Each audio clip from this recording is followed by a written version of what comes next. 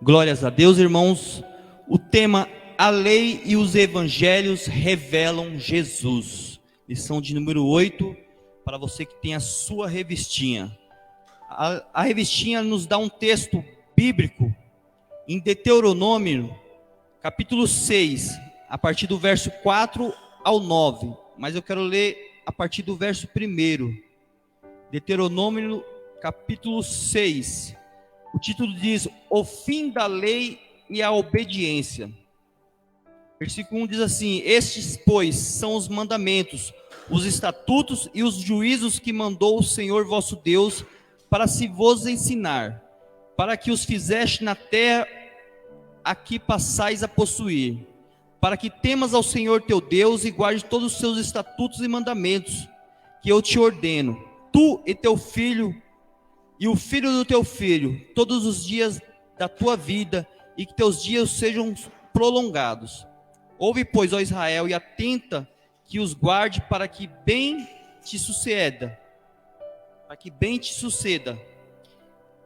e muito te multipliques, como te disse o Senhor Deus de teus pais,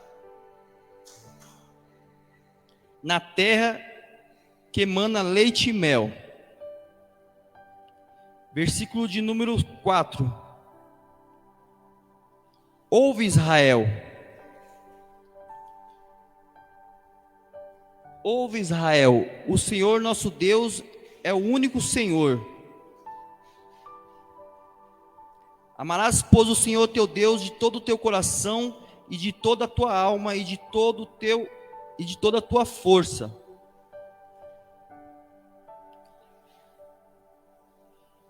Versículo de número 6. Maurício, você pode ler para mim, por favor, Maurício? E estas palavras que hoje te ordeno estarão no teu coração, e as intimarás a teus filhos, e delas falarás assentado em tua casa, e andando pelo caminho, e deitando-te e levantando-te.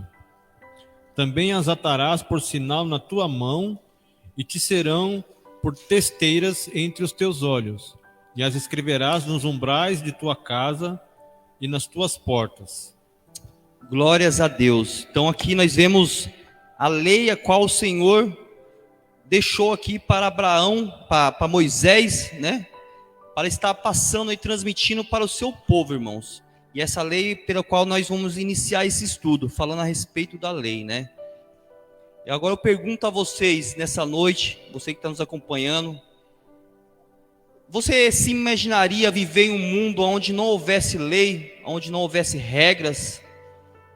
Você já imaginou como seria esse mundo se não estivesse lei, não estivesse regra? Todo mundo ia querer fazer o que quer, né? Exatamente. Exatamente. Se com as leis que servem para reger a humanidade, o homem já é perverso, o homem já faz atrocidades, imagine viver um mundo sem lei, né? Imagine viver um mundo sem regras, né?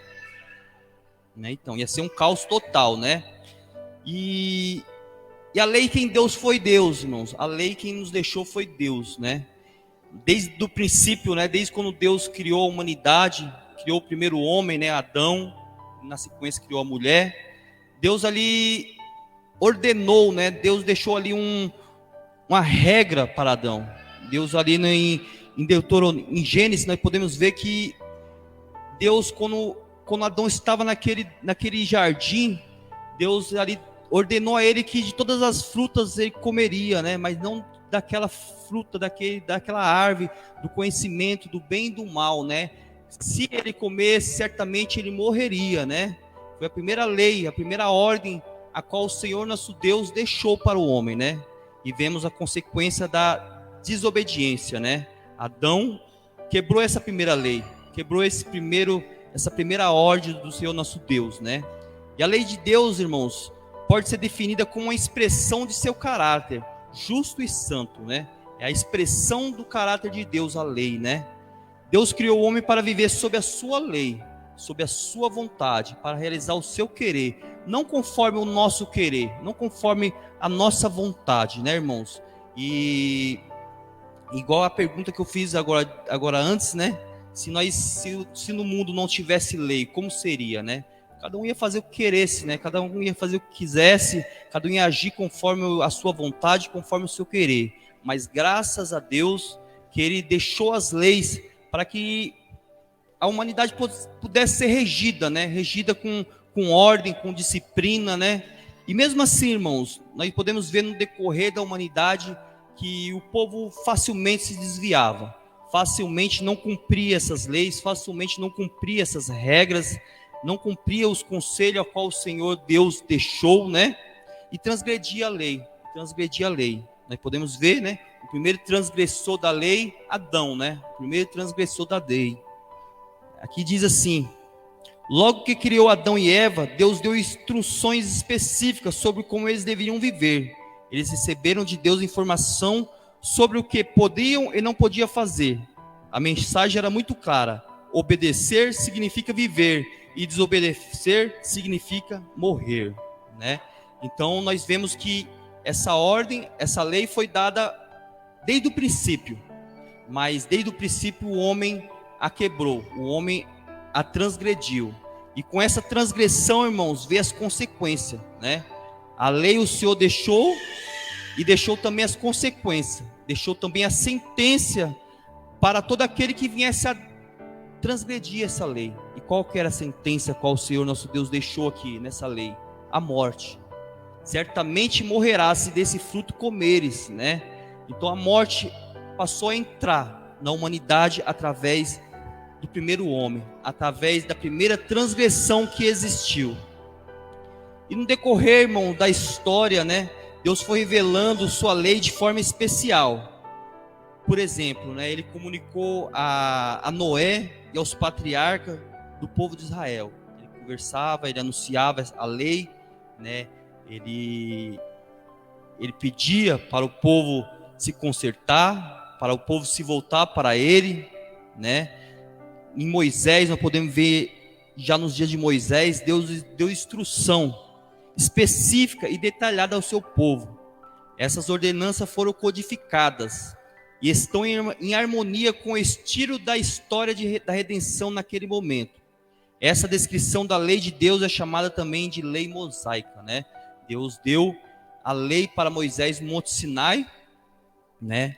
E deu os 10 mandamentos ali para ordenância, né? Para que a humanidade fosse regida, né? De forma correta, né? Para que todos aqueles que queressem ter vida longa cumprisse, né? Andasse conforme o querer de Deus, conforme a sua vontade, né? Por isso foi estabelecida essas leis, né? E são classificadas, né?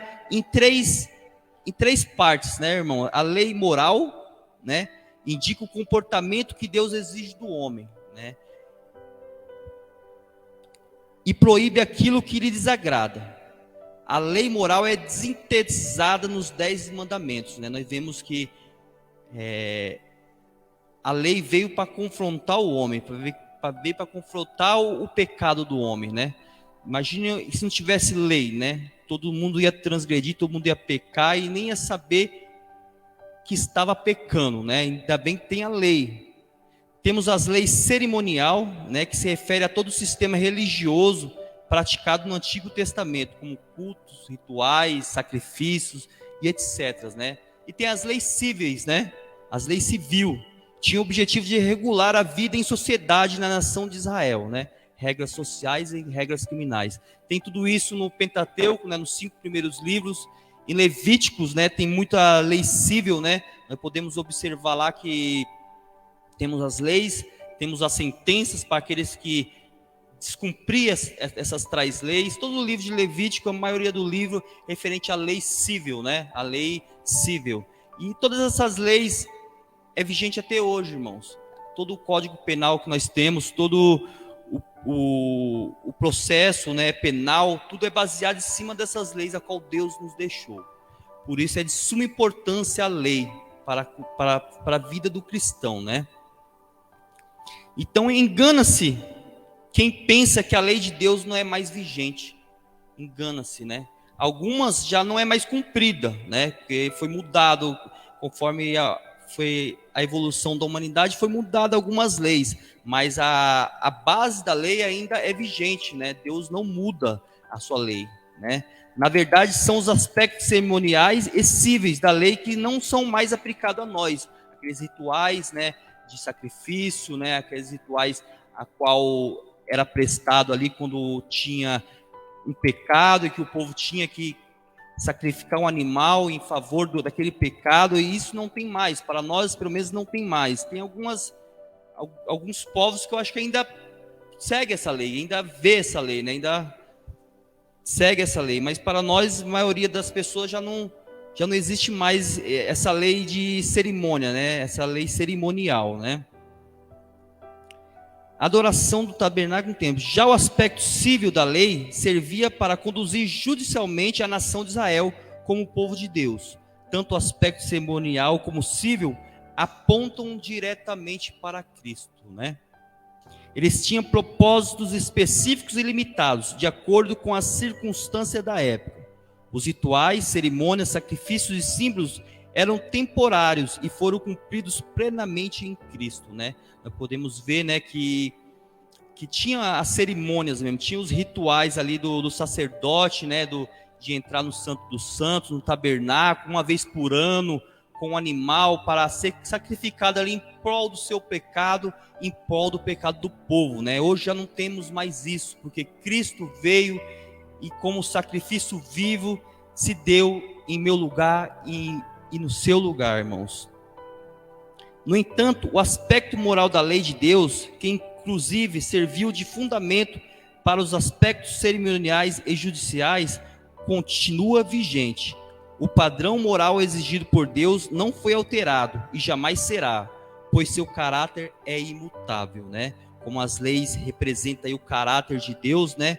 Que é justo e santo, ele não muda. Então as suas leis também não mudam. Essas ordenanças do Senhor são aplicáveis a todas as pessoas, em todos os lugares e épocas. A lei moral de Deus está expressa nas Escrituras. Ela é a sua palavra que jamais passa. O que era pecado diante de Deus no tempo antigo, no Antigo Testamento, continua sendo nos dias de hoje. Então nada mudou, irmãos, referente à lei moral, né? A lei moral. A lei cerimonial mudou algumas questões, mas a lei moral, ela não muda, irmãos, porque ela representa o caráter de Deus, e Deus não muda, ele é imutável, né? A teologia reformada aponta 3 funções principais da lei de Deus. Em primeiro lugar, ele revela a justiça de Deus e aponta a pecaminosidade humana, né, irmãos? A lei aponta o nosso pecado. A lei vem confrontar o nosso erro, o nosso pecado. Sem lei, como eu falei, sem lei nós não poderíamos saber o que era pecado, se nós estava correto ou não, né? Nós ia estar fazendo o que bem querer, como eu disse no começo.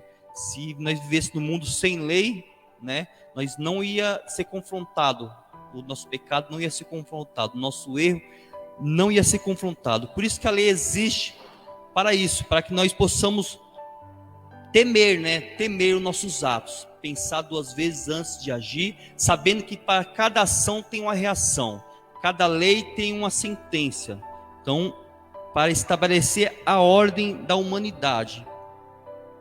A lei de Deus realça o pecado do homem, visto que ela expressa seu padrão moral. Por isso, Paulo escreve que quando veio a lei, o pecado aumentou, né? Em Romanos 5:20, né? Que o homem passou a enxergar o seu pecado, né? Quando Adão estava lá no jardim, né?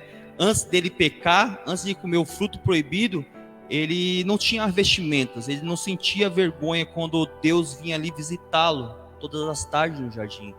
Mas a partir do momento que ele transgrediu a lei de Deus, comendo aquele fruto, foi ali despido toda a sua vergonha, foi despido ali, e ele se viu pecador, ele se viu a sua vergonha, a sua nudez, né?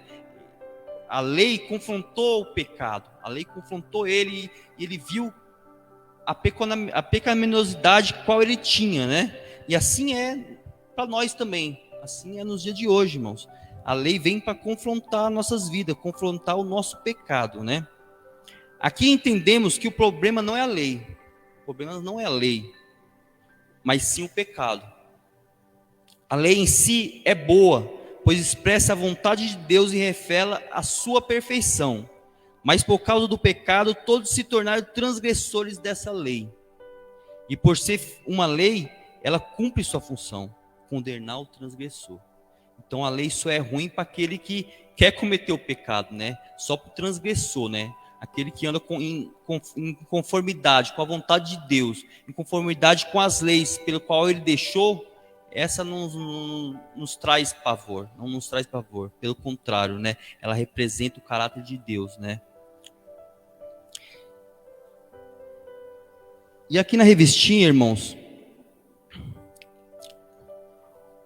o autor aqui, no tópico de número 1, fala a respeito do Pentateuco, a lei de Deus, né? Fala mais ou menos um pouco de tudo isso que eu já falei até agora, né? A introdução diz assim: a lei e os evangelhos pertencem respectivamente ao Antigo e ao Novo Testamento. São livros sagrados de origem divina que integram o cânon da Escritura. Possui igual autoridade como regra de fé e prática, porém com funções distintas. Os preceitos e as narrativas da lei têm aplicações nos evangelhos. E na lição de hoje estudaremos a relação entre o Pentateuco e a mensagem de Cristo, né?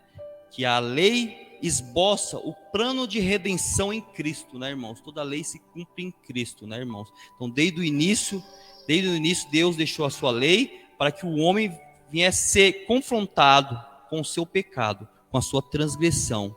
Mas que essa lei, ela ia ajudar o homem na sua caminhada, né? Ia reger as nações e a humanidade.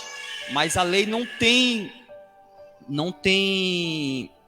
como se diz, não tem requisito de salvação, né? Ela não vai te salvar. Ela vai te reger a maneira como você vai caminhar nessa terra. Ela vai te instruir, vai te reger, né? Vai reger moralmente, civilmente, né? Mas ela não vai ter o poder de te salvar. Por isso que a lei se cumpre em Cristo, porque Ele único que pode nos salvar. Ele que morreu naquela cruz para que nós pudéssemos ser libertos de toda a maldição da lei. Porque a lei nos trouxe a condenação. Uma vez que o pecado entrou pelo Adão, nos condenou pela lei. Nós fomos condenados à morte por conta do pecado de Adão. Mas o Senhor Jesus veio para nos livrar dessa condenação. Tópico de número 1. O Pentateuco, a lei de Deus. Os 5 livros da lei, o Pentateuco, é uma palavra que deriva de 2 termos gregos, penta e teuchos, que significa 5 volumes. Trata-se do conjunto formado pelos 5 primeiros livros do Antigo Testamento: Gênesis, Êxodo, Levíticos, Número e Deuteronômio. No texto hebraico e pelos judeus ainda hoje, esses volumes são denominados de Torá, né? São a Torá dos judeus, né? Com o sentido de instrução, ensino e direção. Então nós vemos que a lei, ela nos instrui, nos ensina e nos dá a direção, conforme nós viemos caminhar nesse mundo, né? Nos ensina a caminhar, nos dá a instrução de como proceder, né, civilmente, em sociedade, e nos dá a direção de como andar. A totalidade do Pentateuco é identificada nas páginas da Bíblia Sagrada como lei, né? Podemos ver lá em Êxodo 24:12, né, onde diz assim: então disse o Senhor a Moisés: sobe a mim ao monte e fica lá, e dar-te-ei tábuas de pedra e a lei e os mandamentos que tenho escrito para os ensinares, né? Então Deus nos deu essa lei, esses mandamentos para nos ensinar, para nos direcionar, para nos guiar e para nos instruir, né? Isso é chamado de lei de Moisés, né? Por que lei de Moisés, irmãos? Porque Moisés foi responsável ali por repassar essa lei ao povo, né? Moisés foi encabido ali dessa missão de transmitir, de ensinar a lei ao povo, né? Deus deu a lei a Moisés para que ele pudesse assim passar adiante. Vemos também em Mateus, irmãos, 5:17, Diz assim: não cuideis que vim destruir a lei ou os profetas, mas vim abragar, mas cumprir, né? Então o Senhor Jesus falando aqui que ele não veio para destruir a lei, né? Pois a lei cumpre-se nele, né? A lei toda cumpre no Senhor Jesus, né? Desde o início vem falando a respeito disso. Lei de Moisés, em Josué 8, 31, 32, tem mais uma referência aqui que fala por que é a lei de Moisés, né? Diz assim: como Moisés, servo do Senhor, ordenou aos filhos de Israel, conforme ao que está escrito no livro da lei de Moisés, a saber, um altar de pedras inteiras, sobre o qual se não moverá ferro, e oferecerão sobre ele holocaustos ao Senhor, e sacrificarão sacrifícios pacíficos. Também escreveu ali em pedras uma cópia da lei de Moisés, que já tinha escrito diante dos filhos de Israel, né? Ou seja, a lei é de Deus, mas foi passada a Moisés para que ele pudesse orientar o povo, para que ele pudesse passar por povo. Por isso você pode observar dentro da Bíblia a expressão lei de Moisés, lei de Deus, lei de Moisés, lei do Senhor. Mas resumindo tudo isso, é a lei de Deus, Deus que deu a lei, mas Moisés regeu, né? Regeu essa lei para com o povo.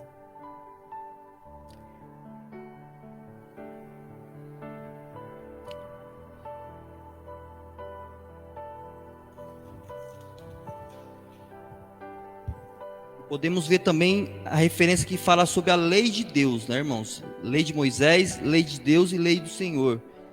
Em Neemias 8:8 diz assim: e leram no livro, na lei de Deus, e declarando e explicando o sentido, faziam o quê? Lendo sem entendesse, né? Então fala que a lei de Deus, né? Toda lei é de Deus, mas dentro da Bíblia você vai encontrar lei de Moisés, lei do Senhor e lei de Deus. Por quê?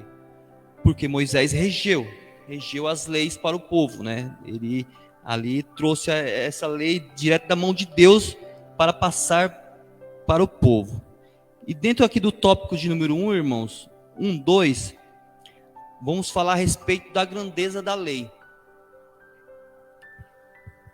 Estuda-se a lei sob 3 aspectos. Eu já disse um pouco a respeito disso, né, irmãos? A lei moral, que possui validade permanente para todos os povos, né? Ela é válida até hoje, a lei moral, irmãos. A lei moral é válida até hoje. As leis cerimoniais que tratam da liturgia religiosa dos judeus, né? Essa lei cerimonial, nem toda essa lei é cumprida nos dias de hoje, né? Alguma parte, alguns povos, mas os judeus, né, que atentam mais para essa lei cerimonial, né? E as leis cíveis, que dizem respeito à responsabilidade dos israelitas como cidadão. Nossa declaração de fé ensina que a lei de Moisés é o mais importante código de leis da antiguidade por sua santidade, por seu caráter espiritual e por sua autoridade divina. A lei é santa e o mandamento santo, justo e bom. A lei espiritual. Romanos 7, 12. Romanos 7, 12 ao 14. Poderia ler para mim, ô Maurício, por gentileza? Romanos 7, do 12 ao 14.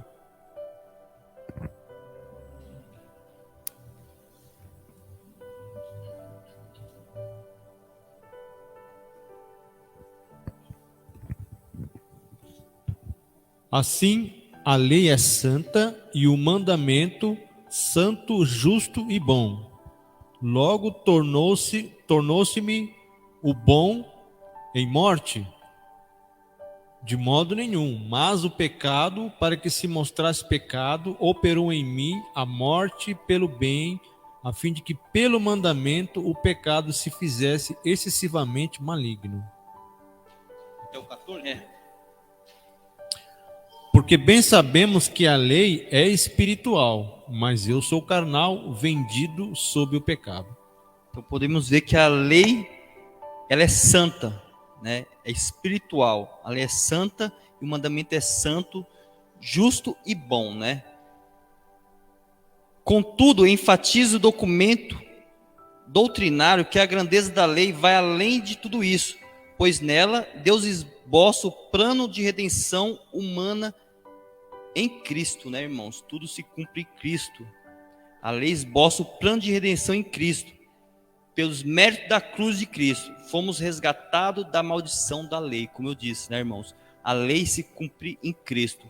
Todos aqueles rituais que eram feitos para todo aquele que transgredisse a lei, tendo que sacrificar um sangue de um animal inocente, e era um sacrifício, era cerimônias, sacrifícios que eram repetitivos.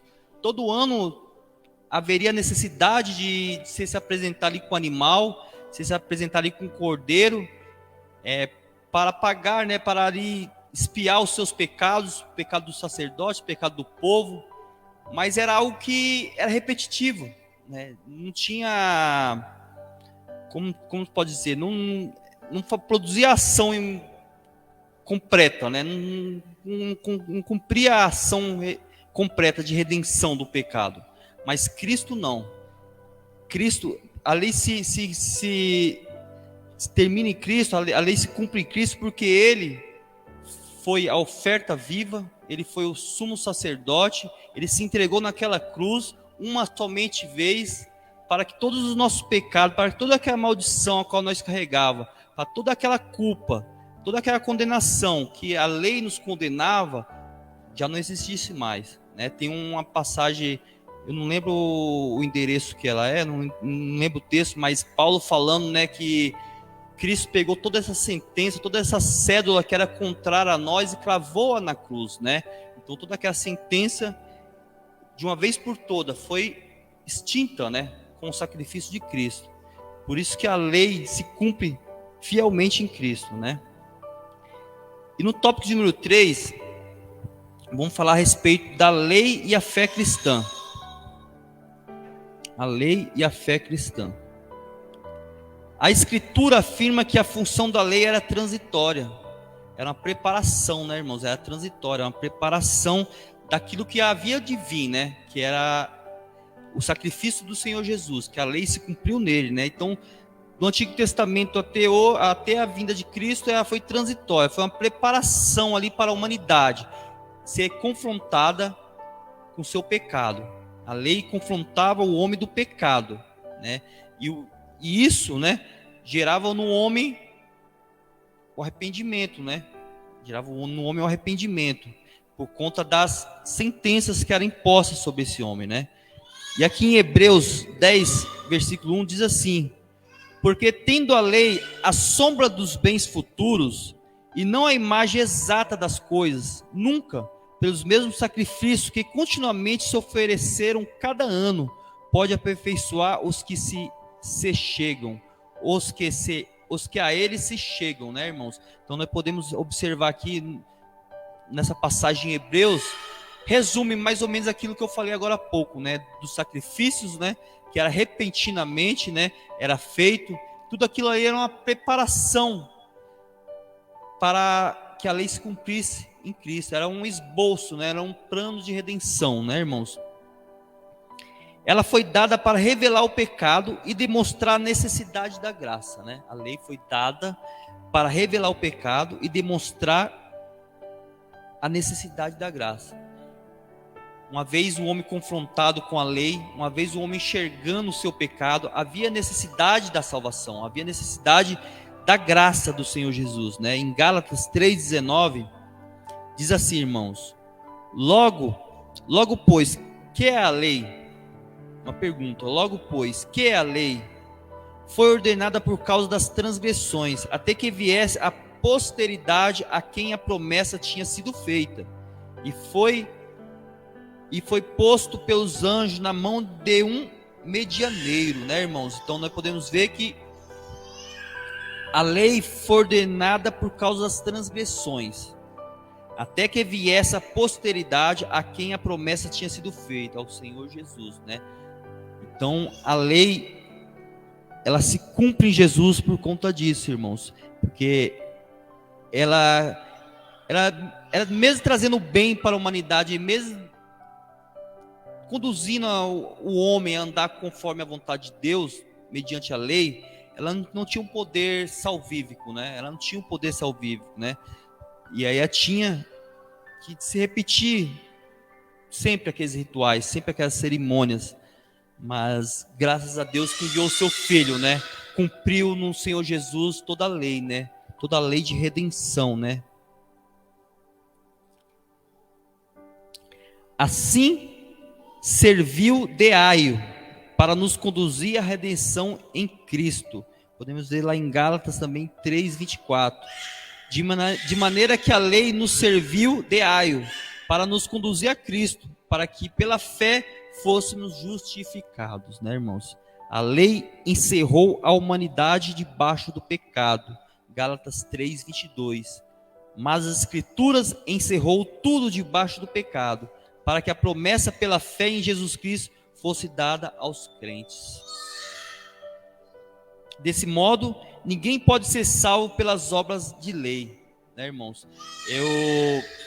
Eu lembro de uma passagem, onde o Senhor Jesus estava ensinando, né? E chegou um jovem príncipe e perguntou para ele: mestre, o que eu tenho que fazer para ser salvo? Né? O Senhor Jesus disse a ele: observar a lei, todos os mandamentos, né? Aquele jovem, sim, desde pequeno eu tenho guardado os mandamentos, tenho guardado a lei, né? Aí o Senhor Jesus confrontou ele: pois bem, então vende tudo o que tens, dá aos pobres, segue-me, né? O Senhor Jesus disse a ele isso aí. E ele muito triste, né? Ele muito triste, saiu e não quis seguir ao Senhor Jesus. E muitas pessoas hoje em dia acham, irmão, que você fazer o bem, você estiver andando dentro da lei, né, seguindo certinho, sem violar nenhuma lei, acha que pode ser salvo por isso. Só por você fazer o bem, só por você não transgredir a lei. Mas não, a lei não salva ninguém, né? Somente Cristo, né? Desse modo, ninguém pode ser salvo pelas obras da lei. Nesse aspecto, a obra de Cristo nos resgatou da maldição da lei. Gálatas 3:13, irmãos. Que diz assim: Cristo nos resgatou da maldição da lei, fazendo-se maldição por nós, porque está escrito: maldito aquele que for pendurado no madeiro. Então, irmãos, Cristo, como eu disse naquele versículo, pegou toda a cédula que era contrária a nós, toda aquela condenação a qual era imposta a nós mediante a lei, ele cravou-a na cruz. Ele nos garantiu a libertação. Ele nos garantiu a libertação, e salvos somos por Cristo. E nos deu vida mediante ao Evangelho. Cristo nos salvou e deu vida mediante ao Evangelho. Em 2 Timóteo 1:10 diz assim: e que é manifesto agora pela aparição de nosso Salvador Jesus Cristo, a qual aboliu a morte e trouxe à luz a vida e a incorrupção pelo Evangelho. Então vemos que estávamos condenados à morte, mas o Senhor Jesus nos deu vida, nos trouxe a vida novamente, rasgando toda aquela cédula que era contrária a nós, né?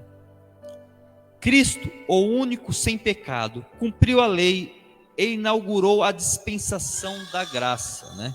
Cumpriu a lei. Hoje não vivemos mais pela lei, né? Mas sim pela graça, né? Do nosso Senhor Jesus Cristo.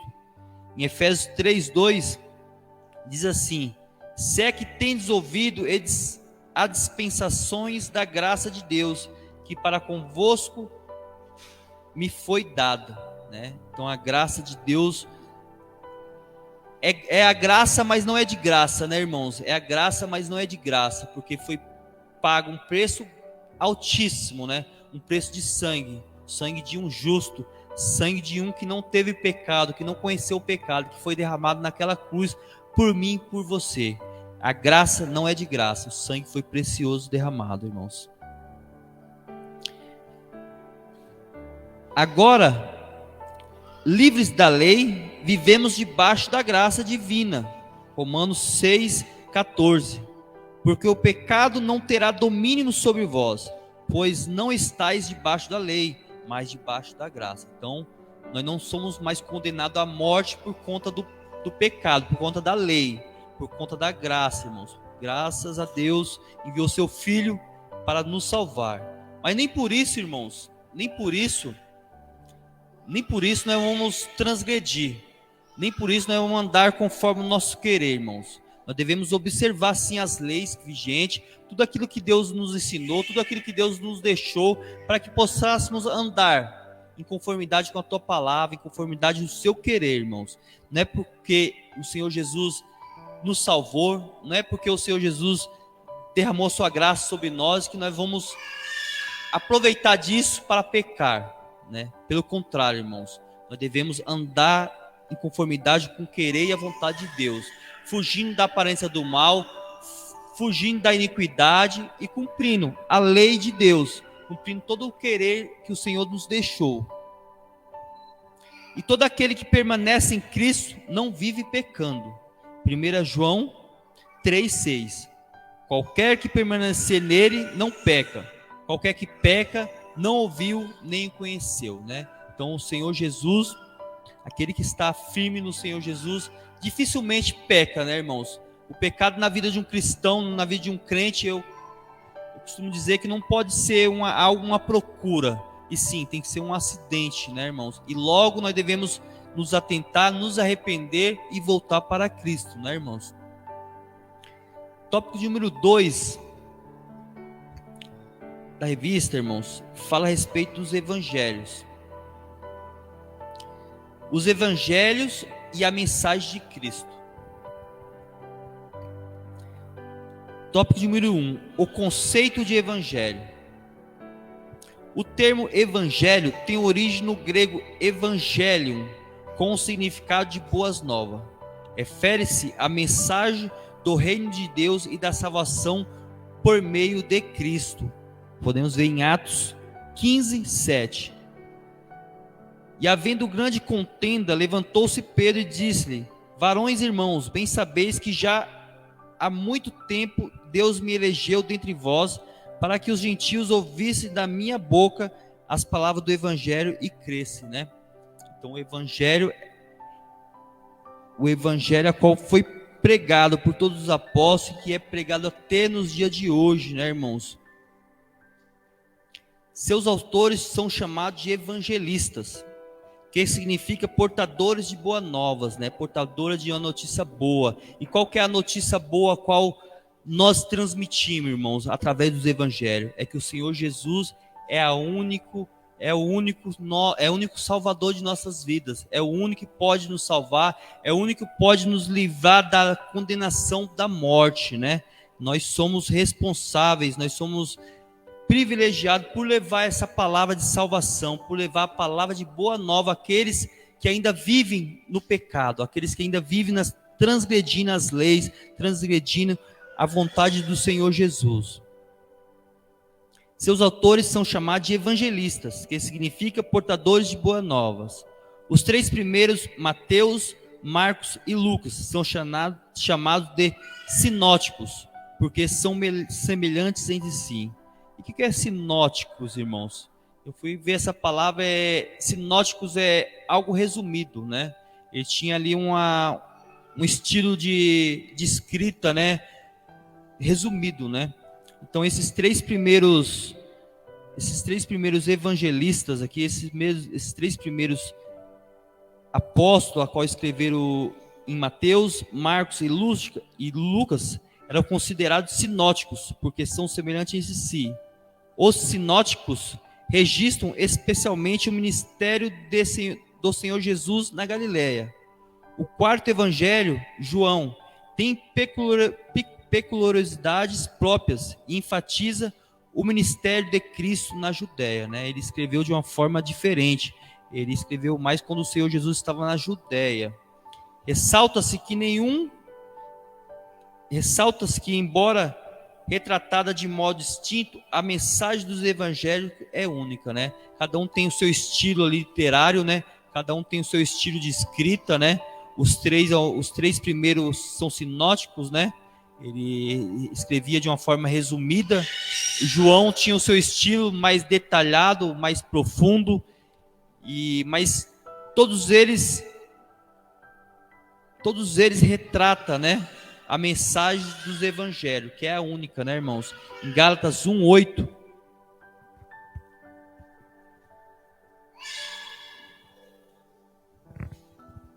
Gálatas 1:8 diz assim: mas ainda que nós mesmos, ou um anjo do céu, vos anuncie outro evangelho, além do que já tenham anunciado, que seja anátema, né, irmãos? Então que independente, né, do modo literário pelo qual cada um aqui escreveu os evangelhos, ele é único, né? Ele é único.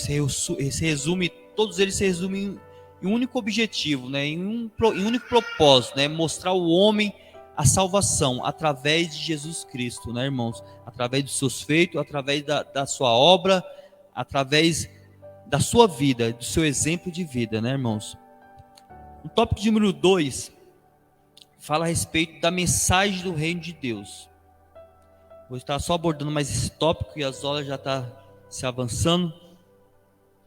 Em Mateus, o Senhor Jesus, após o batismo nas águas, que está lá em Mateus 3,16, e sua vitória na tentação do deserto, Mateus 4,11, passou a pregar a chegada do reino dos céus, Mateus 4,17,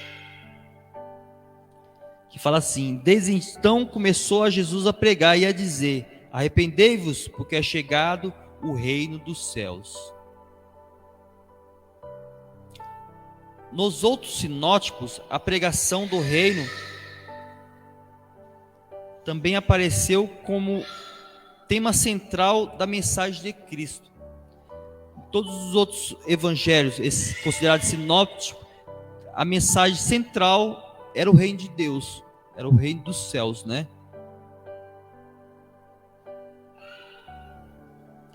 Os evangélicos indicam que as profecias messiânicas se cumpriram em Cristo, né? Podemos ver lá em Lucas 4,18. Alguém lê para mim, por gentileza? Em Lucas 4,18. 18 ao 21.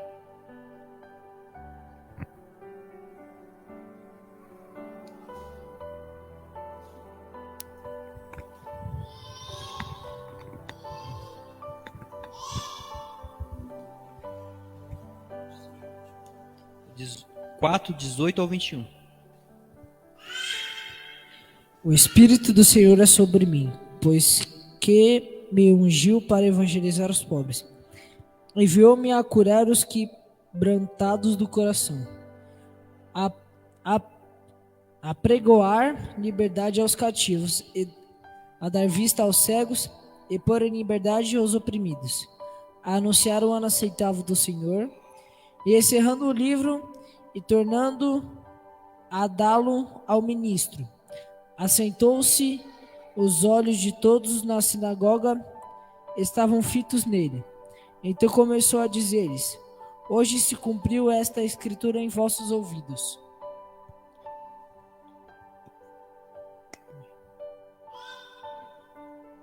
Então todas essas profecias, irmãos, que foi relatada no Antigo Testamento a respeito do Senhor Jesus, a respeito que ia se levantar aquele que ia tirar todo o pecado do mundo, né?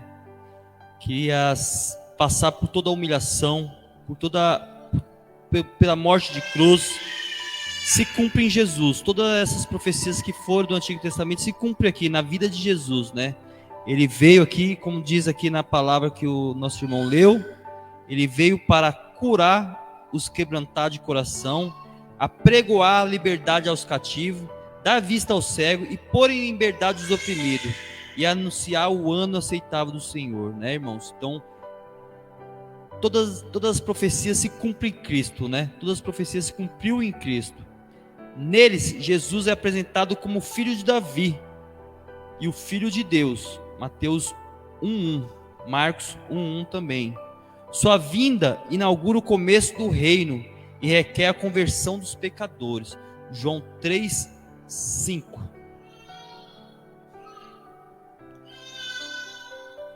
João 3:5. Vou aqui.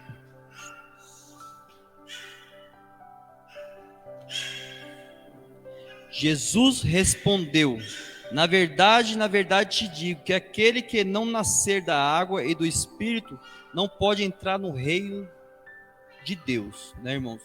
Então, o Senhor Jesus veio no seu ministério aqui na terra para salvar aquele que se havia perdido, veio para aniquilar a sentença que era contrária a nós, veio para nos dar vida, porque estávamos condenados mediante a lei, e veio para cumprir todas as profecias que foram profetizadas a respeito dele, né, irmãos? O cristão guarda a lei de Deus. O cristão verdadeiro não deseja guardar a lei de Deus por obrigação, mas como expressão de sua gratidão. Deus o salvou, o ressuscitou dos mortos, e agora ele sente prazer em agradá-la. Então ele se pergunta, como agradar a Deus?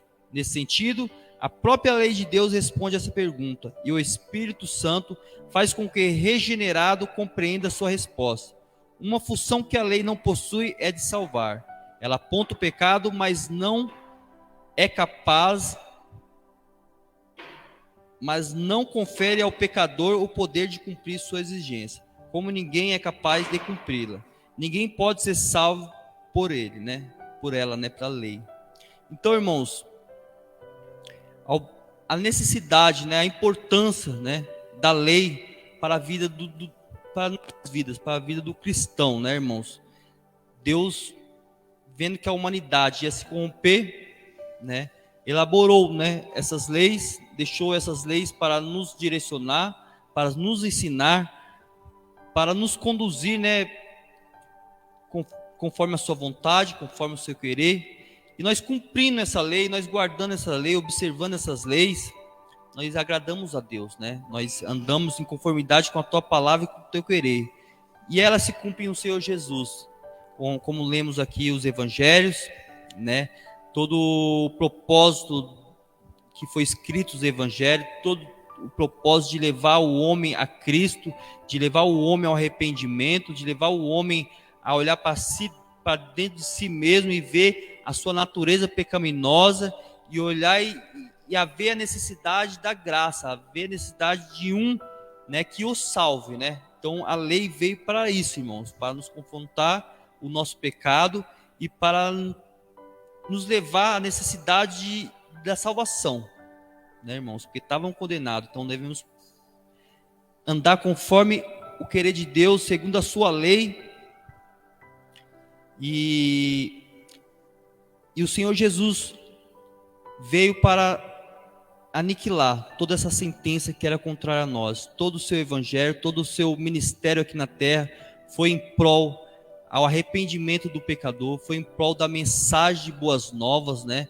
Todos os evangelistas a qual escreveram os evangelhos apontam, né, Cristo como a nossa única salvação, como nosso único Salvador, não a lei.